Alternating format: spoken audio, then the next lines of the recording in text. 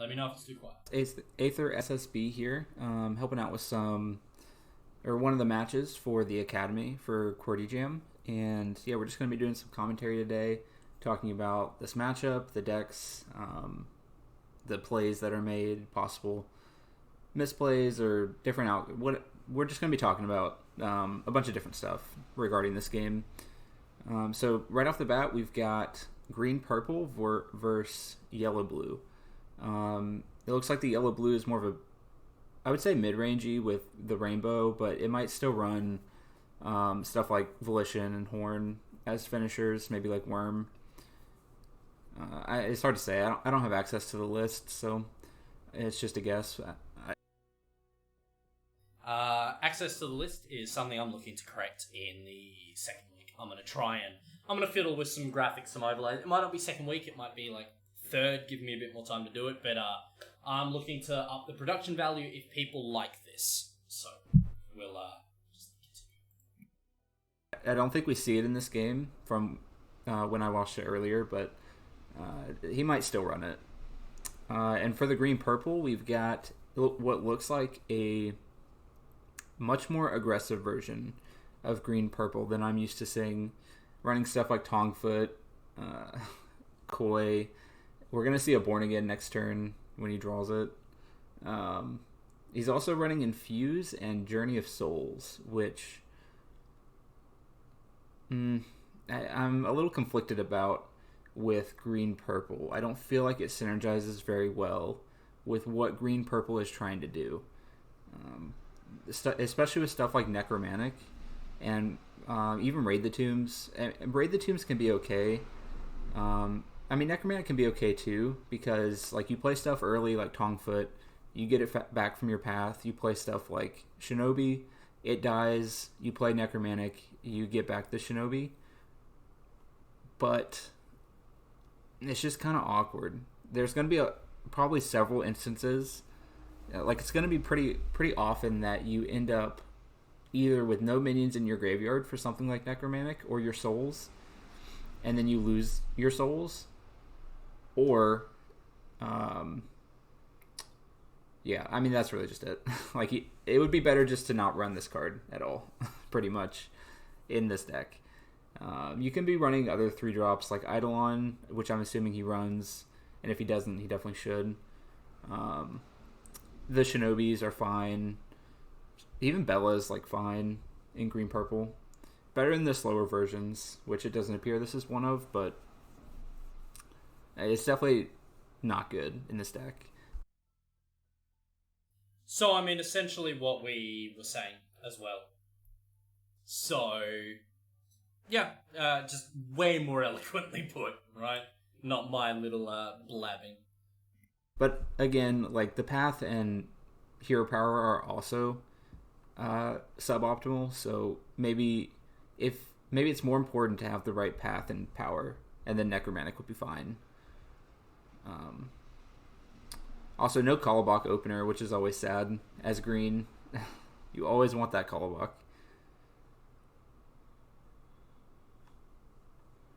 Truth.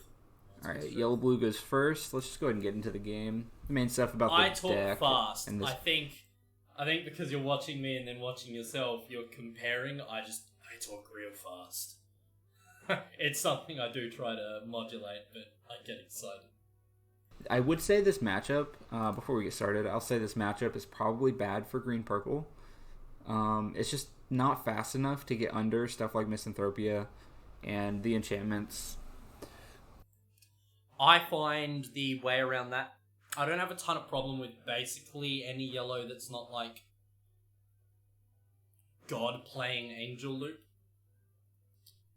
I find the thing is you actually have to play slower. You have to play just aggressive enough to destroy the artifacts when they come out, but you can't flop everything into a Misanthropia. It's awkward. It's awkward for sure, but it's about playing around it. You can't quite drop everything on curve, I find, against yellow. Like, the enchantments are just going to kind of snowball and take over the board. And there's not much green-purple can do about it, especially when it's supposed to be more aggressive. You're probably not going to be running stuff like I don't know. I really hope he's running like Short Stag and Murmur and Iku, but I don't know if he is. We don't see it in this game. But yeah, let's just get started. I think it's probably a bad matchup for green-purple. It's maybe even a bad matchup for like the greedier versions of green-purple. But I think it would be better than this matchup. Turn 2 Thane, always good. So I'm going to talk about this for a second. Because he's running Reconstruct here, he has to play this Thane close enough to contest, but he doesn't, like, if, the thing about Thane is it's okay to play it on turn 2 against an aggro deck, or like even just an aggressive mid-range deck, to contest a 1-drop, if it means they have to, like, power on turn 2, because that's an incredibly off-tempo play that you're forcing them to do, and then you take board priority by playing onto an empty board. He draws Serpent's Den, which is huge. Sets up, like, he didn't have it, so you could argue this play is a little questionable. Like, maybe he should have played away from it and just played the Bulwark on the Thane. But he does draw the Serpent's Den, which pays off, because now he can play it on curve onto an empty board. Or like a... Okay, so what should have happened here is he should have infused and traded. It just makes the most sense. Born Again is fine too. It's just a little bit awkward for your path, because what's going to happen here is AstralChild is going to play Serpent's Den in front of this Born Again, and then you'll see on his turn, GoodNighT's turn, he's going to trade the Born Again into the Serpent's Den, which is going to put him at 3 souls, and then he gets the Born Again back at the end of his turn, and he loses his souls on his turn because he has no minions in his graveyard. And that was disgusting. If he doesn't trade here, which he shouldn't. Yeah, he just moves. He loses his souls, so another instance where, like, it just doesn't synergize well. Suboptimal path for sure. Yellow-blue takes control of the board. GoodNighT chooses to play Koi here over Thriving Shade, which I'm not sure I agree with. It's much less aggressive. Thriving Shade's more stats. I mean, Koi can hit something good, but it's better to get the stats now and Koi later, basically. Yeah, I didn't even pick up on that, yes. Thriving Shade really should take priority over Koi. Again, something we've learned tonight is it's always about board presence. It's always about having control of as many lanes as possible, having the bodies on the board, taking the trades on your terms so that you are in charge of the board.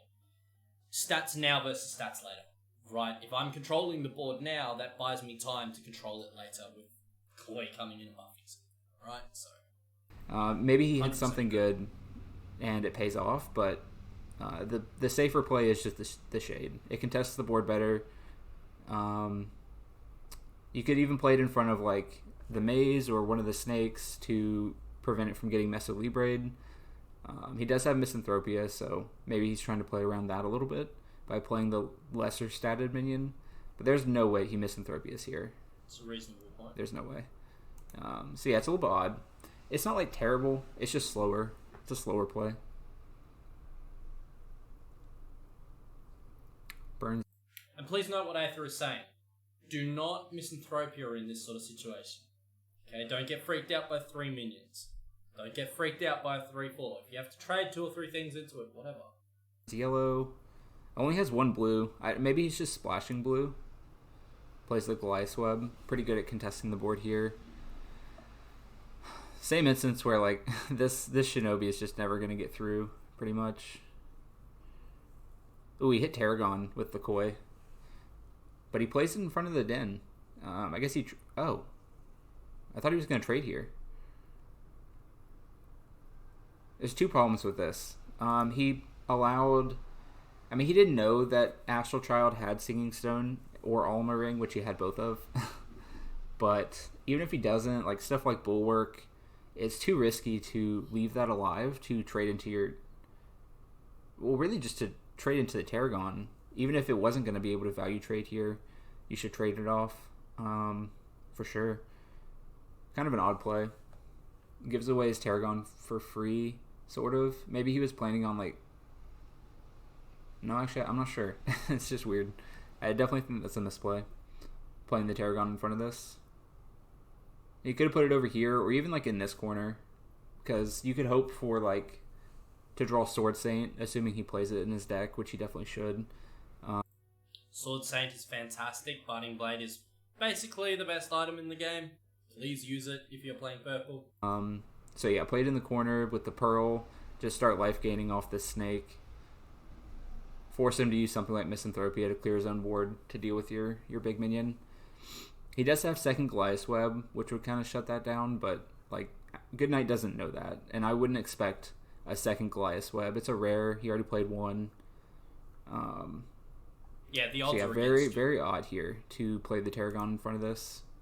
I think this is probably the moment he loses this game. It's a huge mistake. He falls so far behind because he can't get any value from this Tarragon. And then he trades here as well. I think. From when I watched it earlier. I think I remember. Yeah. It's just such a bad trade. These Goliath's Web destroy him. And he's lost. Like, the game is unwinnable at this point.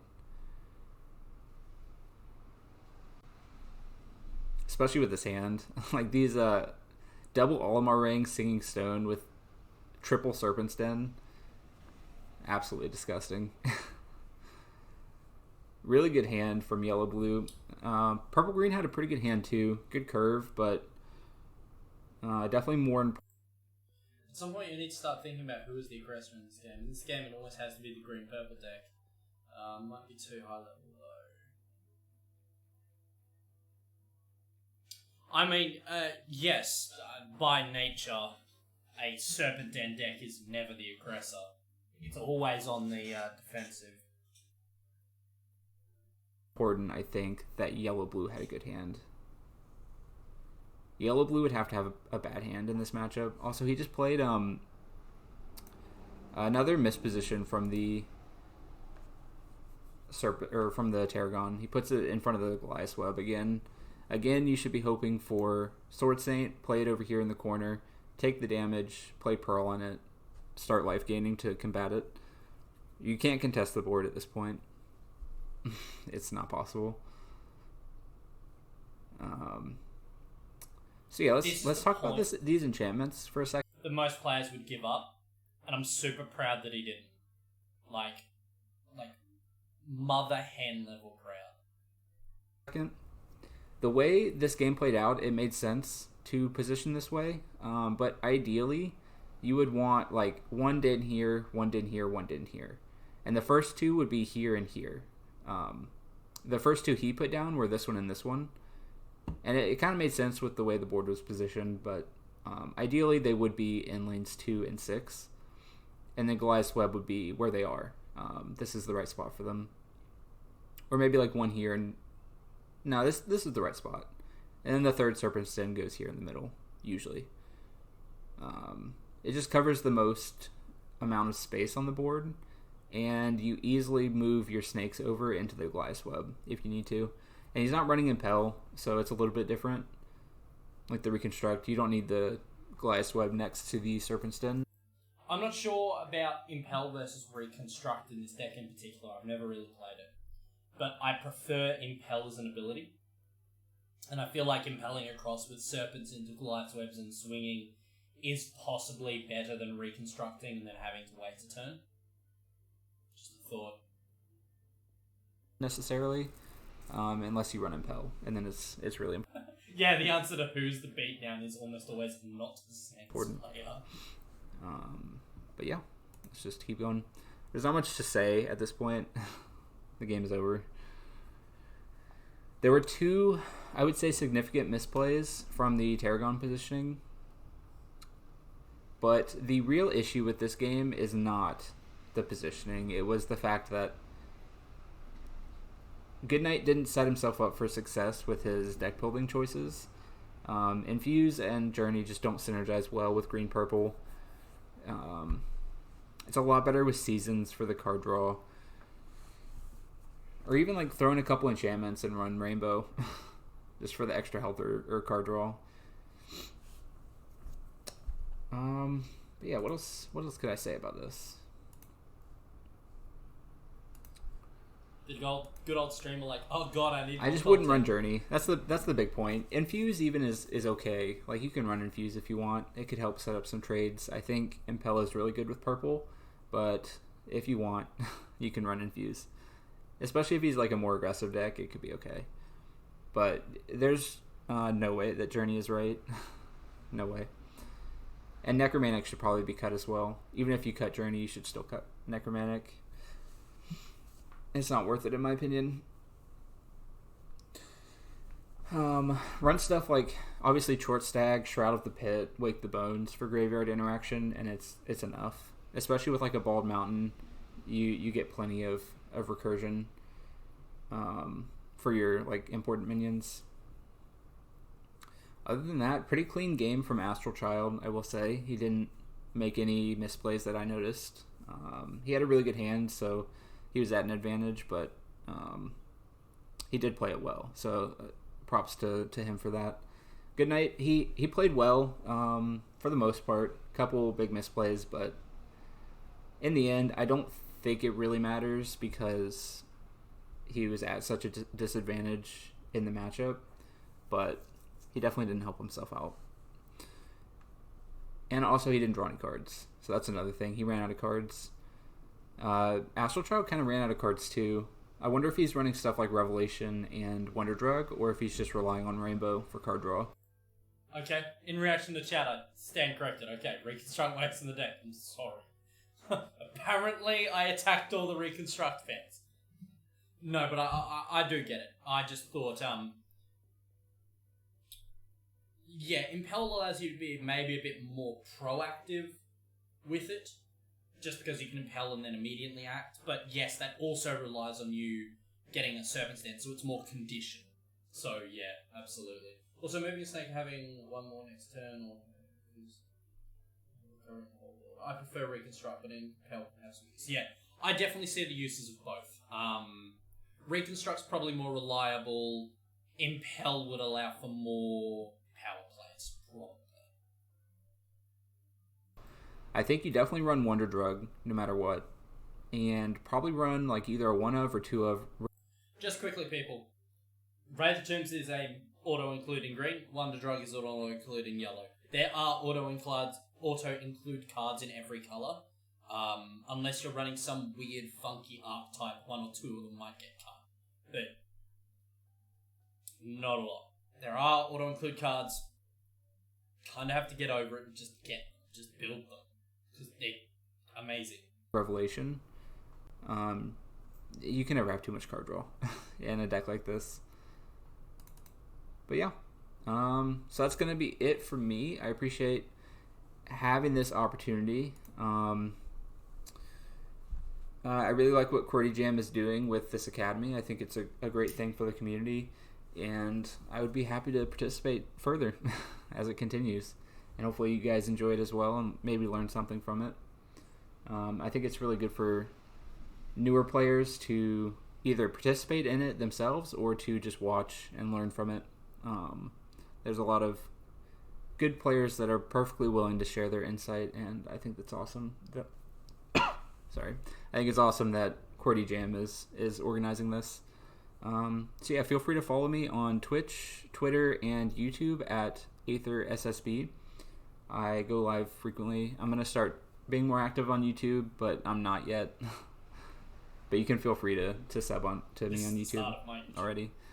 But yeah, so I hope you guys have a great day. This was a fun match to watch. Nothing too crazy happened. Two interesting decks, I will say. I'm glad I didn't get a meta matchup, though maybe it would have been more helpful for you guys. But yeah, that's going to be it for me. Make sure to follow QWERTY Jam as well and other content creators. We've got some pretty amazing content creators in this community. And I will see you guys later. All right, bye.